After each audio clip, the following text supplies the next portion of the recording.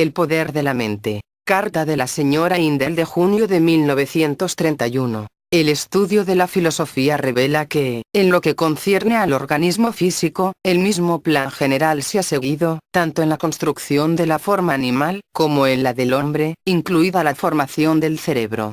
Si esto es cierto, entonces ¿por qué el hombre es capaz de pensar y razonar en tanto que el animal obra por obediencia a lo que se denomina el instinto ciego?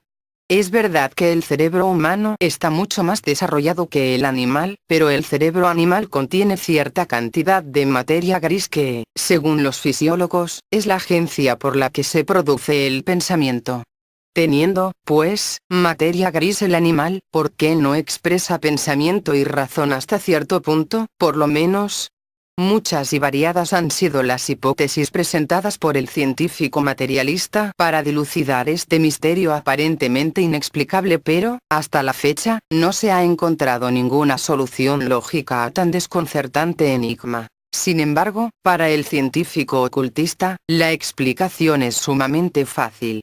Él sabe que el universo entero está construido de acuerdo con un determinado plan divino, y que todos sus procesos de crecimiento y desarrollo están bajo la dirección de seres inteligentes que trabajan con sistemática precisión en la preparación de las condiciones necesarias para producir los resultados apetecidos.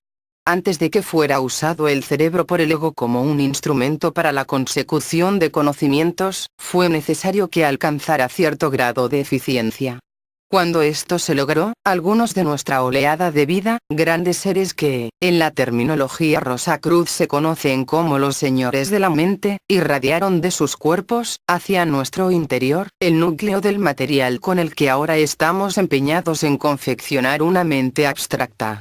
Este germen de la mente se ha desarrollado hasta que, en nuestros tiempos, interpenetra la cabeza y los hombros de toda persona, y la rodea con un velo de sustancia mental o de pensamiento concreto. Con el tiempo, este velo se desarrollará hasta formar un vehículo, dentro del que el ego podrá actuar como ahora lo hace en el cuerpo físico. El cerebro no piensa. Sencillamente, es el instrumento por medio del que el ego enfoca su conciencia sobre el plano físico por medio de la mente. El ego es pensador y fue capaz de producir pensamiento antes de tener cerebro ni germen de la mente. Pero, hasta que no tuvo una mente propia, no fue capaz de pensar de manera independiente y reconocerse como un ser único y distinto de todos los demás. Cuando la mente se haya perfeccionado tanto que pueda usarse como vehículo en el que actúe el ego, cada parte de él vibrará con pensamiento radiante y creador, y entonces será posible irradiar de ese cuerpo de pensamiento gérmenes de sustancia pensamiento que podrán ser usados por miembros de una oleada de vida menos evolucionada, para alcanzar el poder de la conciencia individual. Los animales no poseen ese germen de la mente y, por tanto, no son capaces de pensar de manera independiente. Sin embargo, ya llegará el tiempo en que también posean el germen de la mente. Actualmente, los animales son dirigidos y guiados en sus actividades por el espíritu grupo, que los domina por medio del tercer tramo del cordón plateado. Todos los animales pertenecientes a una misma especie son dirigidos por el mismo espíritu grupo y a ello se debe el que, en iguales circunstancias, todos los animales de la misma especie reaccionen del mismo modo a los mismos estímulos. El desarrollo de la mente individual es la obra particular que debe desempeñar el ego en el tiempo presente, porque la razón es el único medio por el que el espíritu, el yo soy, puede alcanzar conocimientos por medio de la experiencia y, así, trocar sus latentes potencialidades en poderes dinámicos, listos para su uso en cualquier momento, bajo el dominio directo de la voluntad. La sustancia mental es el material que usa el espíritu para hacer concretas las ideas abstractas, dándoles tal forma y sustancia que el pensador las pueda emplear como imágenes mentales para producir creaciones materiales y tangibles que revelen si sus conceptos fueron formados de manera tal que puedan ser de uso práctico. El modelo mental de la idea y, aún, la idea misma, necesita, de vez en cuando, algún reajuste, antes de que la imagen material se haya perfeccionado. Pero cada esfuerzo del espíritu resulta ser una valiosa experiencia y una acumulación de nuevos conocimientos. Cuando se nos otorgó el primer germen de la mente, el ego era sumamente débil, en tanto que el cuerpo de deseos era fuerte. la mente recién nacida se unió al cuerpo de deseos y así se mezcló con el deseo y se alió con la egoísta naturaleza inferior, de tal modo que, inmediatamente, le fue difícil al espíritu dominar su cuerpo. A esta circunstancia se debe el que la mente, que debería ser el aliado natural y voluntario del espíritu, esté enemistada con él y en connivencia con la naturaleza inferior. Está la mente, pues, esclavizada por el deseo. En su esfuerzo por dominar al cuerpo de deseos e imponerse a la mente, el espíritu se ha fortalecido grandemente y ahora se está librando una gran batalla entre el espíritu y el cuerpo de deseos por lograr el dominio de la mente. Es la batalla de Armagedón, que se está peleando dentro del alma de todo ser humano. Y todo el futuro del ego depende de su resultado. El éxito del espíritu significa progreso, crecimiento, conversión de las potencialidades latentes del ego en poderes divinos. El éxito de la naturaleza inferior significa retraso, retroceso y, a fin de cuentas, disolución de los vehículos del espíritu. Precisamente a esa situación se refería Pablo cuando dijo que el impulso carnal trae la muerte, en tanto que el impulso espiritual trae la vida y la paz.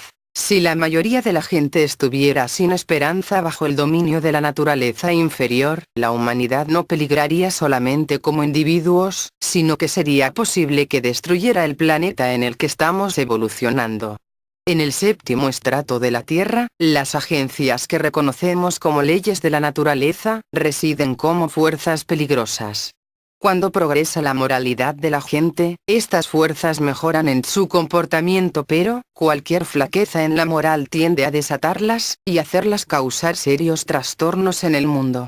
En cambio, el empeño en alcanzar altos ideales hace a estas fuerzas menos hostiles al hombre. Las fuerzas de ese estrato terrestre son los agentes generales de la justicia distributiva.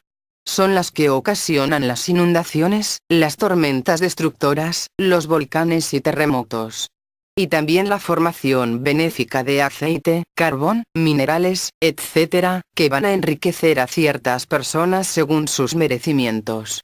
A la luz de lo que acabamos de decir, es cosa que asombra el saber que durante los últimos 4 meses, se han producido más de 43 terremotos, y que los volcanes están activándose de nuevo. Sabiendo que estas cosas son verdaderas, la pregunta siguiente se formula de manera natural. ¿Por qué permitimos que nuestro cuerpo de deseos nos gobierne, arrastrándonos hacia la completa destrucción? ¿Por qué no lo dominamos y brindamos así al espíritu su completo dominio? La verdad es que las grandes masas de la gente ignoran el hecho de que están siendo gobernadas por sus deseos, y, además, no sienten ningún anhelo por aprender estas verdades. Su principal propósito en la vida consiste en empeñarse en gratificar su pasión dominante, que no mencionan. Y, para hacerlo, compran ropas finas, automóviles, casas, tierras, acumulan caudales, buscan experiencias sensacionales y corren locamente de un lugar a otro en busca siempre, sin hallarlo nunca, de lo que les brindará la felicidad que tanto ansían. Y su mente, que está tan perfectamente aliada con sus emociones dominantes, está ocupada, casi exclusivamente, con las actividades que esperan les produzcan el bien apetecido. Los amigos, el hogar, la posición, el respeto, el poder, todo, a menudo, se sacrifica a fin de dar rienda suelta al monstruo dominante de alguna pasión, como la bebida, las drogas heroicas, etc., que, paulatina pero indefectiblemente, llevan a la completa destrucción. Si nos empeñamos en mostrar la razón a las masas de nuestros días, si queremos enseñarles la grandeza de su necedad, ¿cuál es la respuesta que recibiremos? Oh, deje de predicarnos. ¿Qué importa lo que suceda mañana? Yo busco experiencias sensacionales, he de pasar el tiempo divertido, quiero conocer la vida y la vida, para ellos, significa satisfacer sus bajos impulsos. Y así la necia búsqueda continúa y la efímera quimera está siempre a poca distancia pero nunca se alcanza. En nuestros días, la tristeza, la enfermedad o la desgracia agobiadora parecen ser la única manera de frenar esta demanda desmedida de concupiscencia de la carne. Así, por lo menos, se le da al espíritu la oportunidad para lograr el suficiente dominio de la mente y obligarla a hacer caso de la razón. Amigo, ¿se ha empeñado usted, de verdad, en dominar su mente, en mantenerla fija y enfocada en un punto determinado durante cierto tiempo? Si lo ha hecho, comprenderá la tarea que tiene ante sí cuando se empeña en frenar a este miembro rebelde y sujetarlo bajo el dominio del espíritu. A veces, parece que la tarea es imposible. Sin embargo, es bien factible. Pero se logra solo por la fuerza de voluntad y el esfuerzo continuo. Nada hay que perder y mucho se puede ganar. Con esto queremos decir que se puede lograr el cumplimiento del propósito de la vida, que es el desarrollo de una mente obediente y creadora, una voluntad independiente, una despierta conciencia de sí mismo y el poder espiritual, la consecución de la divinidad. ¿No vale la pena? Las condiciones en las que existimos y el mundo en que vivimos son todo lo buenos que, colectivamente, los hemos hecho. Si no nos gusta lo que hemos creado, la situación no es irremediable. Como individuos, podemos cambiar nuestra manera de vivir y, con el tiempo, cuando merezcamos el galardón, automáticamente, se nos sacará de nuestro presente medio ambiente.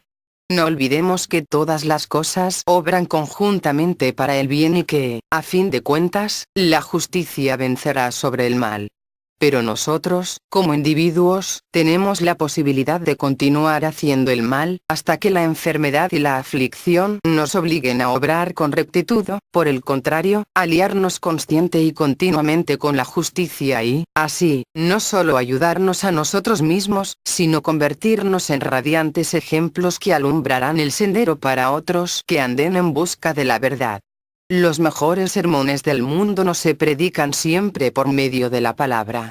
El poner en práctica lo que se comprende que es justo es más convincente y mucho más trascendental en sus efectos, de lo que pueda serlo la oratoria del púlpito. Durante el mes venidero, examinémonos diariamente con el propósito de descubrir si nuestras acciones van impulsadas por nuestros deseos o por el Ser Superior, el Omnisciente Espíritu. Augusta Foss de Eindel.